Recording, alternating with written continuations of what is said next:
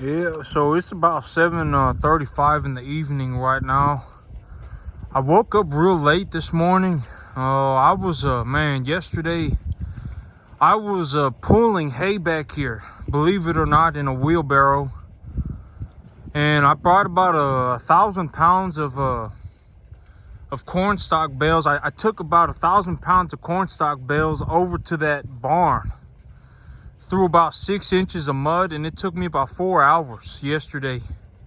And I was dragging wet cornstalk bales over to that barn to put some bedding down for these animals, because these animals are having a lot of difficulty in this cold, wet weather.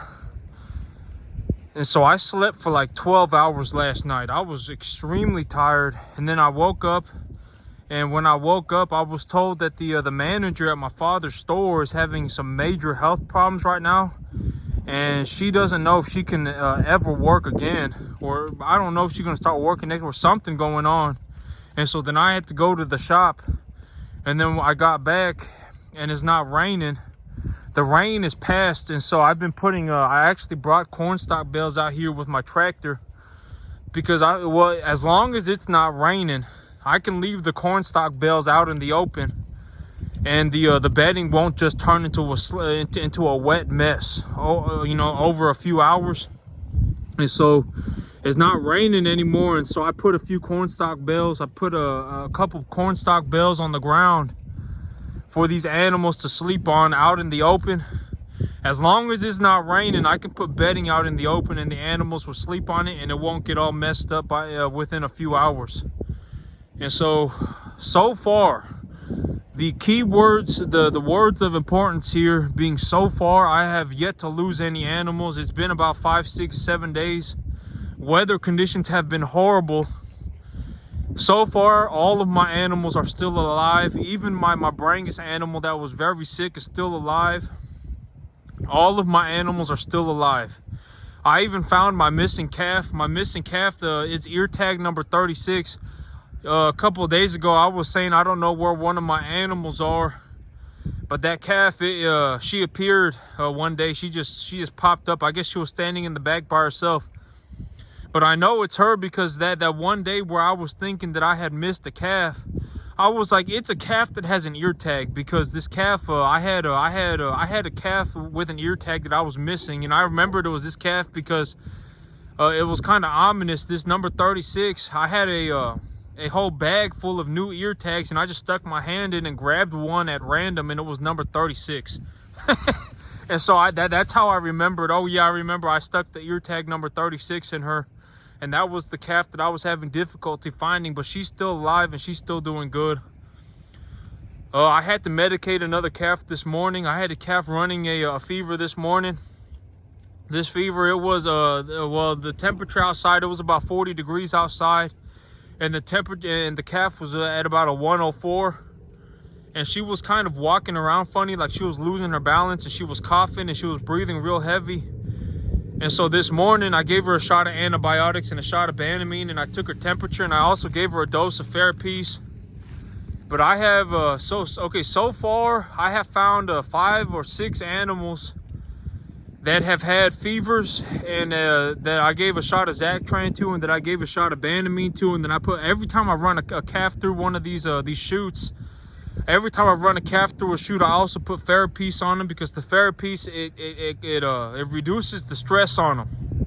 And so far I have yet to lose any animals. So far, the key words here being so far so good. Every day's a new day. Tomorrow is supposed to drop to about 28, and so I really need to stay on it. Everything, I always say stick to the plan, right? I always say stick to the plan. You know, if my plan is to give these animals a 65 TDN diet at a 16% protein, and to put a 2-to-1 mineral pack in it, and to mix a high protein forage with a high energy grain, if that is my plan, I need to stick to the plan, right? I don't just get all the way to the point where I'm starting, where things are rolling, and then just change up my plan. I'm not just going to go, oh my God, well, you know, the plan has gone out the window. You know, that's, you know, I stick to the plan, right? I stick to the plan through thick or thin. If things are really hard, I stick to the plan. If things are going real good, I stick to the plan, right? That is just, that is how I do things. You know, like when I'm sitting there at the table and I'm not having to run 60 cattle by myself, it's a good time for me to think about my budget. Okay, so if I supply these animals with 6 to 7 pounds of corn a day, and that corn is 85%, 90% TDN at 8 to 9% protein, and it's at a phosphorus to calcium ratio. The phosphorus to calcium ratio is very high, so it's got a lot of phosphorus in it and a little bit of calcium in it. And if I feed that in a ration with peanut hay, and then I mix that with a 2-to-1 calcium phosphorus mineral pack, I can put about $4 worth of gain on these animals for about $1.40 invested. And so plans like that are made in the comfort of my home, right? I go inside, I sit at a table, and I run the numbers, right? And I have an opportunity to make the plan. The time to make the plan is not when I'm running around out here with 60 cattle that are at high risk of dying. There's 2 feet of rain coming down. The temperature's dropping 60 degrees. I'm sorting 60 cattle twice a day, running sick animals through the chute to medicate, you know, giving them. That's not the time for me to make my plans. The time for me to make my plans is when things, you know, when I have a moment to sit down and really look at the fine details, right? And so if I look at the fine details and I say, okay, I can purchase this peanut hay, I can purchase a high protein, high calcium, low phosphorus forage hay for $225 a ton, and I can purchase corn, which is 85 to 90% TDN with 8 to 9% protein that is high in phosphorus and low in calcium. I can mix that with my peanut hay and provide these animals a supplemental feed program that I mix with the 2-to-1 calcium phosphorus mineral pack that also has the small nutrients in it, the micronutrients like copper, selenium, magnesium, all that stuff in it. It's got that stuff mixed into it. Okay, that stuff is going to cost me this plan that I am creating is going to cost me $1.40 a day per animal, and it's going to put about $4 worth of gain on the animal. You know, when I have a moment to sit there and think, that's a good time to come up with a plan, and it's important that my plan is logical and that it's very accurate and precise, right? I'm not just sitting here, you know, twiddling my thumbs saying, oh, it's La La Land time. You know, this is going to be a magical adventure. You know, when my 60 cattle get here, I'm just going to be sitting out here in a nice pair of boots and a pair of jeans, looking pretty, and my cattle are just going to do well on their own. That's not the plan. That's a horrible plan.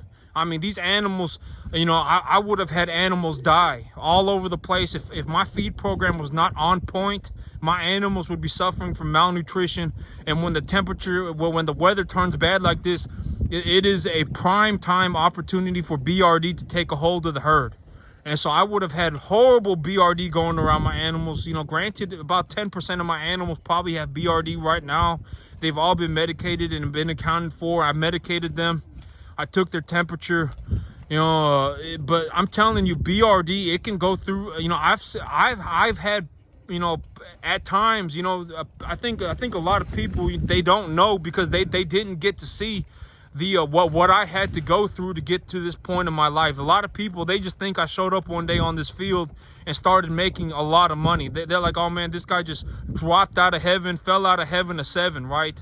It's very convenient. It's very comforting to sit there and think, oh, this guy, he just smart. Oh, he doesn't work 15 hours a day. Oh, he doesn't work. You know, I'm not even going to consider the possibility that he's been doing this for 15 years. I'm not even going to consider that. I'm just going to say he's smart. And the reason that he made it is because he's smart. But in reality, the reason that I've gotten to this point is because I've seen a lot of animals die. I've had a lot of animals die.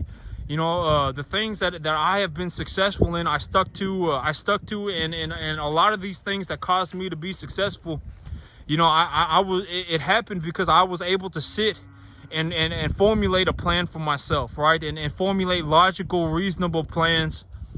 and that is one of the big reasons for why I am successful. My opportunity to make a plan is not when I'm standing out here looking after my cattle. That is a horrible time to make a plan. And a lot of people, you know, they fail because they fail to plan. And I know that that's kind of a cheesy saying, but it's the reality of the truth. It's the reality of the situation. It's the truth, right? These plans that I come up with, I put a dollar amount to them, and there's a reason that I give a certain amount of feed, you know, and there's a reason when I say, like, when I first bring these animals in, it doesn't really matter what it costs me to keep these animals alive for about the first 2 weeks that they're here. Even if it costs me 5 times the amount, even if I have to go from spending $40 a day to spending $200 a day, you know, and even if it costs me $1,000, I have to do. It is better for me to put in the $1,000 than to start having animals die. Because here's the thing, right? And here's a good example of what I'm talking about. The whole reason why I bought these corn stock bales was to provide bedding for these animals. I can buy a truckload of corn stock bales, 18-wheeler load of corn stock bales delivered to my farm for $800, right? If I bought a whole 18-wheeler load of corn stock bales, massive corn stock bales, like 4 by 5.5 foot corn stock bales, you know, 1,100 pound corn stock bales. These corn stock bales, you know, they cost me $800 for a truckload of them, right? If I have one animal die, because she's too cold or she slips on the mud, I've lost $750. I could have bought a whole truckload of corn stock bales for the one animal that died. So even if I feel like I am at risk of losing one animal, it is better for me to invest the $1,000. You know, that's why I am so I'm so adamant about providing these animals a proper nutrition. And at the end of the day, if I feed them correctly, probably until the end of time, okay, for as long as I could possibly perceive, if these animals, if a load of 3.5 to 4.5 weight stocker cattle are brought onto a farm, if they are provided a ration that is 65 to 70% TDN, 14 to 16% protein, and it has a 2-to-1 calcium ratio, and it has a mineral pack to provide the micronutrients like copper, selenium, and stuff like that, magnesium, salt. If they're given this ration, probably until the end of time, the cattle will grow properly. The cattle will develop properly, and realistically, you will honestly probably make more money. And like me, when I run this budget and I think about what it costs me to feed these cattle, you know, for every about $1.50 that I put into these animals, I probably get something like $2, or excuse me, about $3 to $4 back. And so, you know, these animals, it is more important for me to put them on a proper ration that I have formulated and that I have budgeted for, and to keep them growing properly and to keep them healthy, especially when the weather is bad. It is more important for me to provide these animals with the ration than it is for me to save the $50. I'm not going to sit here going, I don't want to save the $50, right? I mean, that's a horrible, stupid thing to think, and the animals are going to suffer.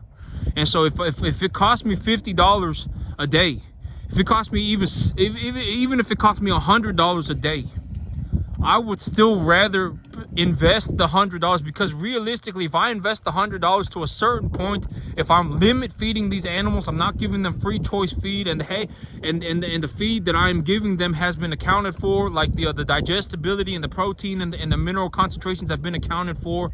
If I'm limit feeding the animals, I am probably going to make a positive return on the feed that I provide for them. And so if I limit feed them enough food to put 2 pounds on them a day, you know, and it costs, I pay 10 cents for a pound of corn, right? I pay 10 cents for a pound of corn. I pay roughly 10 cents. It may be like 11 cents, 10.5 cents or something like that. But let's just say 10 to make my life easy. Let's say I have to feed them 14 pounds of corn, right? To get them to, this is just very simplified, but let's say I have to feed them 14 pounds of a limit feed diet to get them to put on 2 pounds when they also have a field of grass to go walk around on. So the 14 pounds of feed that it costs me, so the 14 pounds of feed will cost me $1.40. And if the animals put on 2 pounds, and I have a relative 1 to 1.5 type commodity animal, and each pound is valued at 2 pounds, these animals are putting on $4. if these animals put on 2 pounds a day, and each pound is valued at $2 a pound, I am making $4 for the $1.40 that I am putting into the animals. And so it is much better to invest the capital properly. It's much better to invest capital properly than it is to just sit there and do nothing and expect things to go well, right? I mean, if I just sat here doing nothing, chances are nothing would happen, and I would lose money. My animals would get sick. I would be miserable. I would just start hemorrhaging money, and then it would be a miserable, horrible situation, and I would go bankrupt. And so as long as the plan, it's harder. I always say money is the easiest part. Money is the easiest part. When I'm running this business, the $1.40 is not the hard part. The hard part is me coming up, is me finding a hay wholesaler that has the proper TDN and protein ratio hay. The hard part is finding the commodity broker with the corn. The hard part is finding the proper mineral pack to put into the feed. The hard part is mixing the feed ration properly. That's the hard part. The $1.40 in animals not even something I consider. Like the money is ridiculous for me to sit here and be like, oh my God, the $1,500, the $1,600 a month is why I can't run this business. That is just stupidity. The running the animals, the taking care of the sick, this is the reality of my situation, of what I go through when I'm actually running cattle, because when I'm sitting there, and it's peaceful, and I get to sit in my trailer, and I get to come up with these plans, and I get to come up with a plan for myself, and I get to, I'm just buying hay, I'm just buying corn, and I'm just buying a mineral supplement, and all that stuff. It looks like a happy-go-lucky fairy tale situation, but the reality of the situation is all of that preparation comes down to this. The whole reason I prepare like that is because when I bring in the animals, it turns very difficult. I mean, like balls to the wall hard, very fast. I mean, it becomes immensely difficult, immensely quickly. And so running the 60 cattle, the reason I prepare so long and so thoroughly is because when it's go time, I mean, it is insanely difficult. I mean, it becomes extremely difficult. And so that's why I prepare so thoroughly, and that's why I make sure I have these plans in place, etc., etc. But I don't know what's going to happen tomorrow. I could have lost an animal tomorrow. I won't know. I had to medicate an animal earlier today. I don't, every day's a new day, but so far I've yet to lose an animal. I'll just have to keep on going. But the rain is supposed to have passed. It's just going to be cold. From my understanding, it's just going to drop to 28, but there's not going to be any more rain. Well, that's it for me today, YouTube. Y'all have a good one.